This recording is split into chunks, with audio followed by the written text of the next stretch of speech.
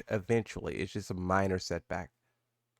Welcome back to the channel, everyone. Today we're going to be talking about Marvel Tokon. This will be kind of a small video because I'm feeling a little sick and I have a little bit of a cough, but I did just want to report on the good things that Marvel Tokon is doing. The game is fantastic. Everyone loves it. It's a fun game. It has depth. It has like the casual stuff. It has some story. It has a lot of different elements that players would come to expect from a modern fighting game. They delivered on it. And the only things that's been hurting this game is the problems that's like really shouldn't be there. Being blocked in multiple different countries, that still doesn't seem like something that Tokon can fix because that's a Sony issue. Sony does that. That problem even impacted Tekken 8, right? And other games, Helldivers. But then the other problem, and this is quite far the biggest one, is the PC issues. As you guys know, I made a video where I was talking about Maximilian uninstalling the PC version of the game and then switching over to the PlayStation 5, right? That's what a lot of people did, those who had, the capabilities of doing so. But a lot of other people were just quitting and refunding it and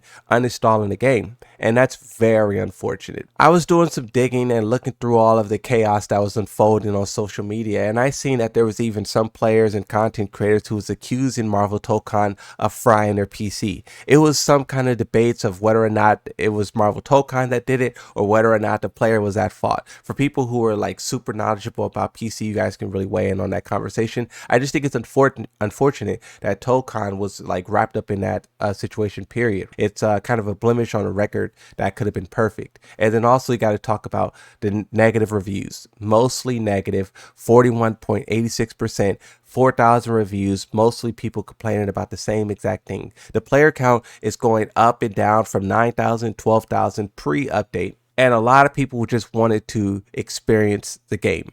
But now we can. They put out an update. About time you're watching this video, it would have been a full 24 hours ago. So a lot of you guys who've been experiencing these issues, you can really weigh in on whether or not it fixed the issue for you. In the comment section, let me know if there's anything else that's crazy, because I was looking to see what other problems are out there. I think Sejam said this specifically. He said he would like for them to address long load times and search for a match. But what other problems are out there that they can address? Because they kind of acknowledge that they will be working on more updates and fixing more things. Now let's take a look at their tweet. We rolled out a number of performance improvements, including reduced CPU load to help improve the overall responsiveness and reduce lag issues. I saw a lot of people saying on Twitter that this definitely worked and they could see a noticeable difference. So that's really good. Another thing they said, fixed a bug that could cause sudden performance drops during gameplay. So that's spiking. That's also something that I've seen content creators and streamers dealing with as well. So it's good that they fixed that.